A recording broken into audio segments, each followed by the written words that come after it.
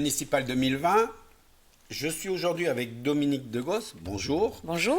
Alors, vous vous présentez à la mairie de Tartas avec Tartas avec vous. Alors déjà, expliquez-nous votre slogan, Tartas avec vous. Tartas avec vous, tout simplement parce que nous avons dès le départ initié des ateliers participatifs pour recueillir l'avis des gens, l'avis des habitants du village. Et nous avons choisi effectivement de monter un programme qui s'appelle Tartas avec vous pour montrer aux Tarusates que c'est avec eux que nous voulons travailler. Alors, on va faire le tour de votre programme, mais avant, présentez-vous aux Tarusates pour qu'ils sachent à qui ils ont affaire. Alors, je m'appelle Dominique Degos, j'ai 60 ans, je suis mariée, j'ai 2 grandes filles et je suis professeure des écoles retraitée, puisque toute ma vie j'ai une carrière d'enseignante. Et voilà, je suis candidate à la mairie de Tartas. Alors, la vie politique, vous connaissez par contre, vous n'êtes pas une petite novice dans le système. Tout à fait, mais je pense qu'avant de s'engager dans la vie politique, il est essentiel d'avoir un passé, je dirais, de militant associatif, ce qui a été mon cas, puisque j'ai été dans de nombreuses associations et je le suis toujours. Et effectivement, je suis adjointe depuis 2008. Donc là, qu'est-ce qui vous a motivé pour créer votre propre liste ? Alors, ce qui m'a motivée, c'est qu'en 2014, nous avons été élus sur une liste d'Union de la gauche. Il se trouve que le maire actuel donc, a choisi de s'engager derrière le président Macron en 2017, ce qui ne correspondait pas du tout aux valeurs sur lesquelles nous avons été élus en 2014. Et ensuite, c'est, je pense, l'absence de réel travail collectif sur les derniers mois qui vraiment nous a semblé préjudiciable. Alors, donc, liste de gauche, je ne prends pas de risque. Absolument.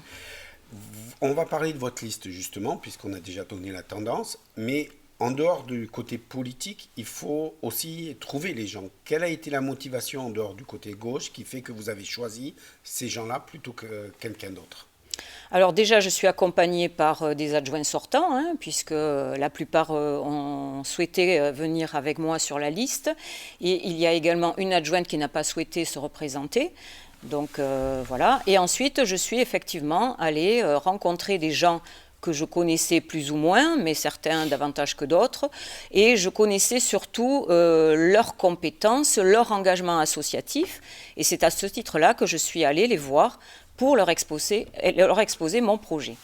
Alors, on va parler du projet qui, je dirais, a 2 axes forts. Justement, ce que vous venez de nous expliquer, la démocratie participative, puisque pour vous, aujourd'hui, ça ne discute pas assez. Ça ne discute pas assez. Je crois que la démocratie participative, on en parle beaucoup. Ce n'est pas facile à mettre en œuvre.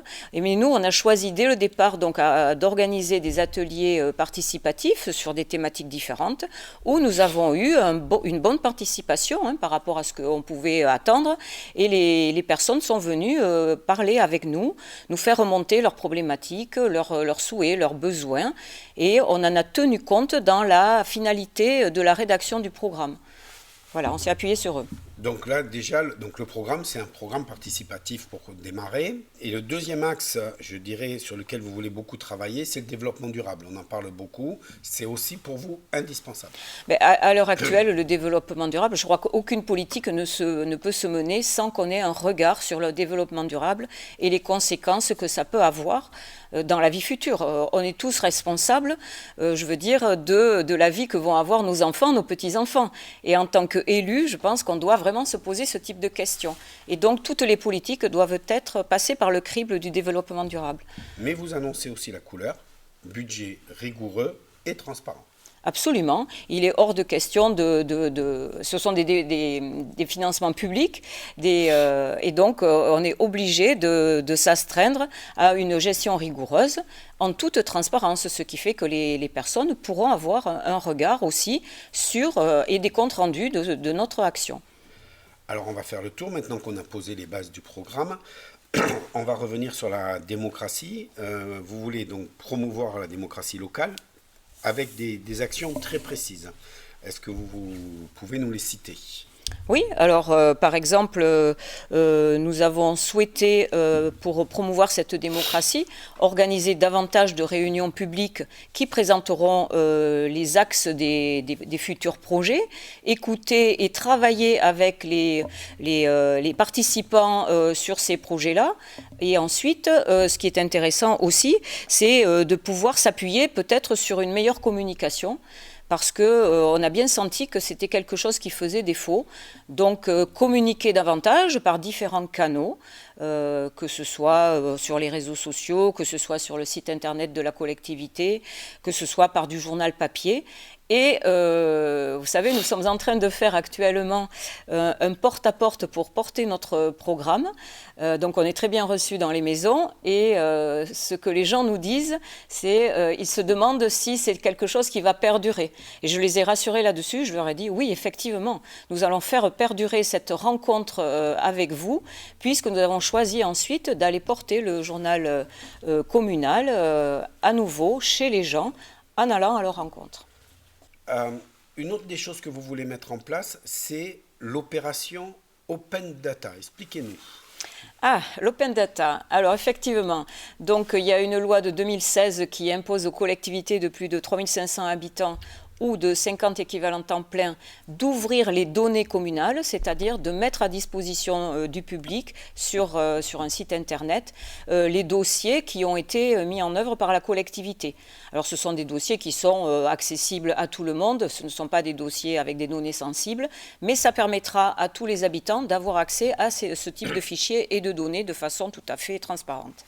Voilà, on revient sur votre volonté de transparence. Tout à fait. L'autre chose aussi dans la démocratie que vous voulez mettre en place, c'est un budget participatif. Oui, exactement. Un budget participatif. Alors, je suis également conseillère départementale et le département des Landes a mis en œuvre un budget participatif qui a très bien marché. Et donc, au niveau de la collectivité, nous souhaitons également pouvoir mettre un petit budget que les habitants pourront s'approprier, en mettant bien évidemment auparavant un règlement qui permettra de faire la gestion et l'élaboration de ce budget et de savoir comment on le met en œuvre. Alors, mais tout ça, ça participe à votre deuxième thématique, l'épanouissement et la réussite de tous. Donc là, vous voulez vraiment soutenir la vie associative et culturelle. Pour vous, c'est très important. Ben, vous le savez bien, toutes les associations dans un village sont essentielles. C'est elles qui permettent la dynamique du village. Donc à Tartas, nous avons beaucoup d'associations, plus de 70. Toutes ne sont pas actives, mais nous avons de grosses associations qui participent vraiment beaucoup à la vie de la collectivité. Je crois qu'on a ressenti un réel besoin d'un meilleur accompagnement, que ce soit à la fois pour les documents administratifs, parce qu'on sait que c'est un petit peu compliqué, ce n'est pas toujours simple, et également tout ce qui concerne la mutualisation, à la fois des matériels, des moyens qui sont mis à leur disposition. Ça, je crois que c'est important aussi à prendre en compte. Mutualiser, moderniser, mais vous voulez donc dans cette idée faire une journée de la famille. Tout à fait. On pense qu'une journée de la famille, ça pourrait également fédérer et rapprocher également les parents de leurs enfants et les enfants de leurs parents, parce que ce n'est pas toujours le cas, et avoir des actions en commun, des moments qu'ils partagent ensemble.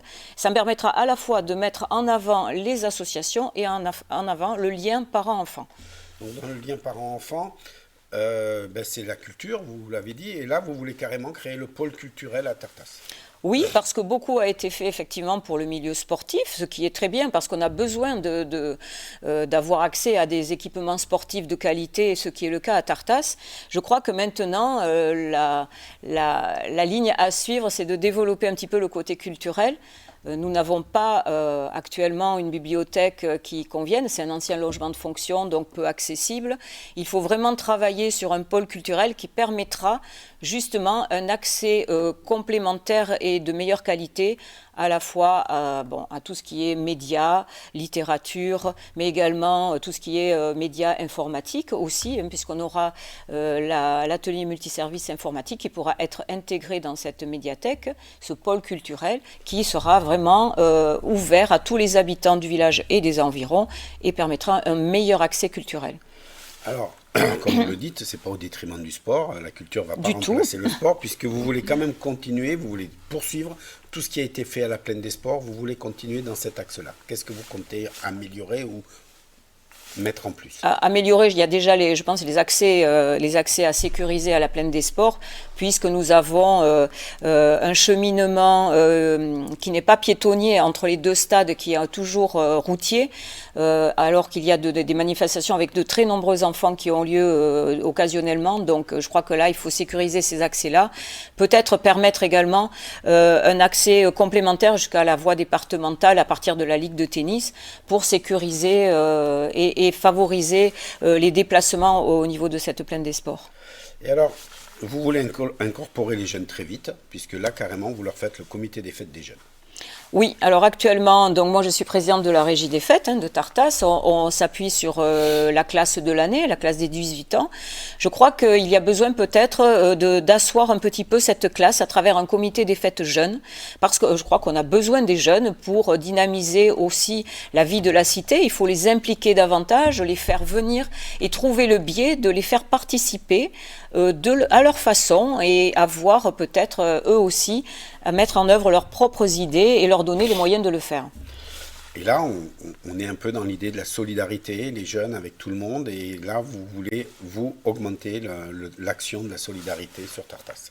Également, et il faut dire que dans mes colistiers, j'ai choisi aussi d'avoir des jeunes qui viennent s'impliquer pour participer à la vie de la collectivité, parce que je crois que c'est essentiel actuellement d'avoir également des jeunes et cette vision un petit peu nouvelle qu'ils vont apporter. La santé, qu'est-ce que vous comptez faire directement, concrètement sur la ville ? Alors, un des projets phares du mandat dernier, c'était effectivement de pouvoir mettre en œuvre une maison de santé.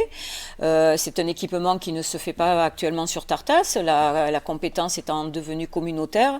C'est sur Meillan qu'actuellement la maison de santé va se faire. Mais je crois que la porte n'est pas fermée. Il est toujours temps de travailler avec les professionnels de santé de la commune de Tartas. Ils sont très nombreux encore actuellement. Mais c'est vrai qu'on va arriver vers des périodes ou des années où ceux-ci vont être obligés d'arrêter de par leur âge.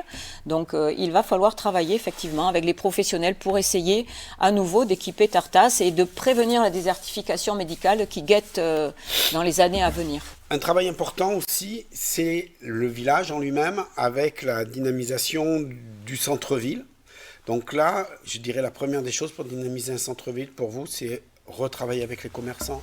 Tout à fait, retravailler avec les commerçants. Donc, actuellement, le mandat actuel a travaillé sur la reconfiguration du centre-ville avec l'accessibilité. C'est un bilan que nous, adjoints, nous portons tout à fait puisque nous l'avons soutenu. Mais l'association des commerçants à Tartas est en sommeil depuis 2-3 ans. Je crois qu'il est important de pouvoir les accompagner pour à nouveau se fédérer et avoir des actions qui permettent de dynamiser, de mettre en œuvre des animations sur la commune et de relancer un petit peu ce commerce qui est un petit peu, je dirais, déficitaire. On a vu quelques pas de porte fermés. Et justement, vous parlez d'action pour dynamiser. Vous avez des idées comment on pourrait dynamiser en dehors des commerces ? Je crois qu'il faut déjà s'appuyer sur les chambres consulaires, que ce soit la chambre des métiers ou la chambre de commerce et d'industrie, et également mettre en œuvre un plan de référence. Donc c'est un outil qui permet, à partir d'une étude avec différents partenaires, de voir les axes de progrès que l'on pourrait développer sur la commune, à la fois sur l'habitat, sur le développement de commerce, l'attractivité de la collectivité. Voilà, tout ça, ce sont des outils qu'on peut mettre en place et en œuvre et qui sont financés également par des subventions. Alors je vais prononcer un mot qui tout de suite va vous faire réagir, j'en suis sûr, c'est voirie. Alors là, vous êtes prête à aller au combat, vous voulez vraiment un vrai travail de voirie. Un vrai travail de voirie, oui, tout à fait. Il a été déjà mené, mais il y a toujours beaucoup de choses à faire au niveau de la voirie. Il y a les entrées de ville à reprendre, il y a l'entretien de la zone rurale qui est important et qui, on le voit avec les intempéries qui ont lieu, on a ciblé des endroits effectivement où il y avait nécessité de porter un regard un peu plus appuyé.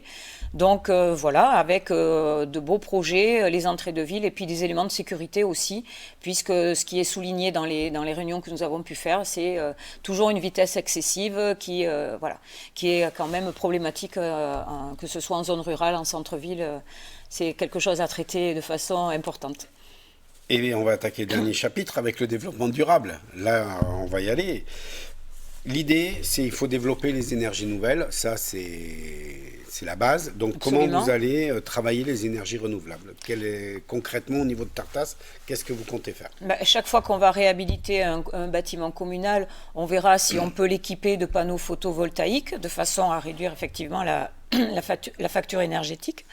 Et ensuite, je crois, ce qui est important, c'est au niveau des énergies renouvelables, c'est chaque fois qu'on aura un chauffage, enfin on sait la problématique par exemple du chauffage à la piscine, peut-être s'orienter vers un chauffage biomasse parce qu'on sait que c'est quelque chose qui pourra amoindrir le coût de la dépense énergétique.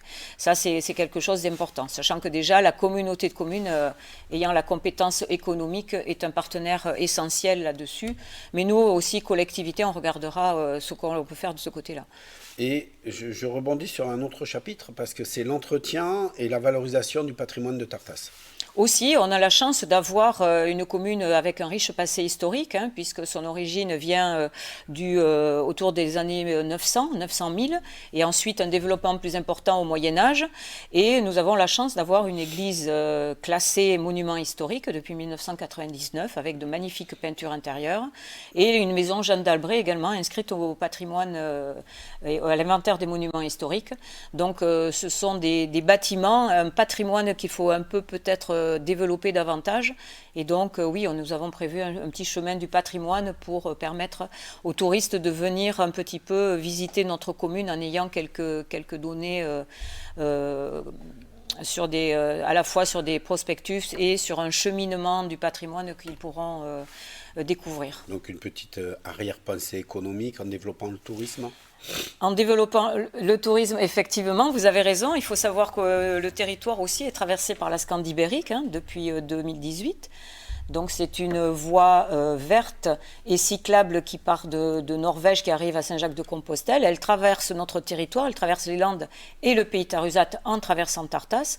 Je crois qu'il faut également s'appuyer avec l'Office de tourisme à développer ce partenariat et effectivement augmenter les lieux d'accueil et les possibilités pour les touristes de visiter notre commune en ayant un intérêt à la fois patrimonial mais à la fois économique ou commercial pour accroître la fréquentation des commerces du centre-ville. Et à ce moment-là, on les fera bien manger. Et là, vous voulez développer le maraîchage. Le maraîchage, oui, effectivement, parce que y a un recensement qui est fait au niveau départemental sur les friches qui sont dans les communes des Landes et dans les EPCI. Il est important effectivement de pouvoir valoriser des friches agricoles sur des petites parcelles de maraîchage, puisqu'on sait qu'un maraîcher avec un peu moins de 5 hectares peut vivre correctement.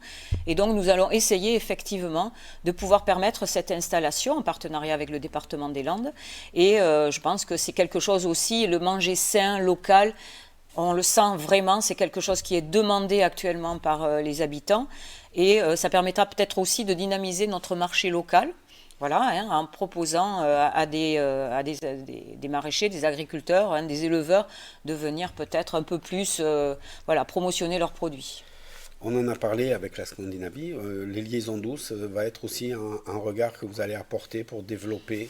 Absolument, parce que ça c'est quelque chose qui est demandé. Chaque fois que nous aurons un programme de voirie ou à refaire, nous regarderons dans quelle mesure nous pouvons intégrer une piste cyclable, des voies piétonnes pour permettre et faciliter ces déplacements, parce qu'on sait que des familles nous demandent effectivement de pouvoir accéder au centre-ville de façon tout à fait sereine et sécurisée.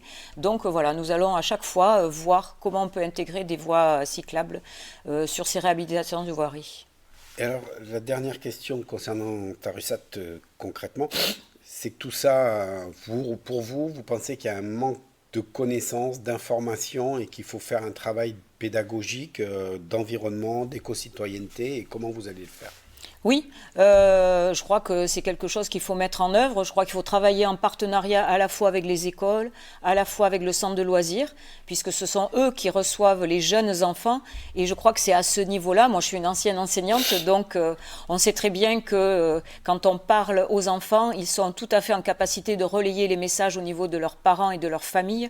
Je crois que c'est très, très essentiel de travailler avec eux et de mener des actions d'éco-citoyenneté en partenariat donc multiples pour favoriser justement le développement durable et le bien vivre ensemble dans la commune. Pendant cet entretien, deux, trois petites fois, vous avez parlé de la communauté de communes. Quelle va être votre manière de travailler avec eux? Quel est le regard que vous portez sur la communauté de communes? Comment expliquer aux habitants à quoi sert une communauté de communes? Alors, la communauté de communes du Pays Tarusat est très ancienne, elle a déjà 20 ans. C'est un partenaire essentiel aux communes actuellement, puisque c'est elle qui lève l'impôt foncier, hein, et l'impôt économique. Et c'est un partenaire majeur des collectivités. Elle permet d'accroître à la fois la mutualisation et elle a mis en œuvre de très nombreux services pour les habitants du territoire. Elle a pris de nombreuses compétences.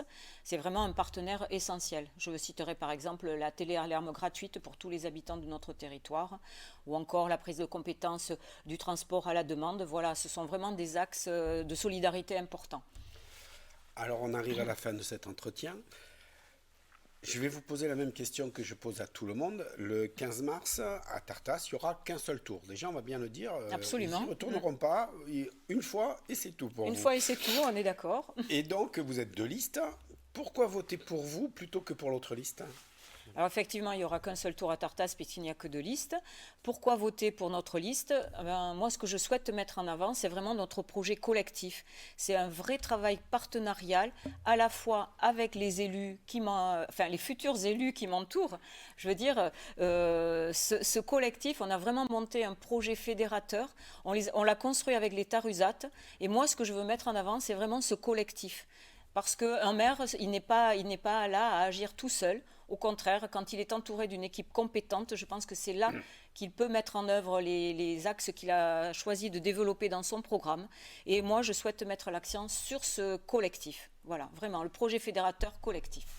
Je vous remercie beaucoup. Donc, c'était Dominique Degos, Tartas avec vous. Maintenant, c'est à vous de choisir.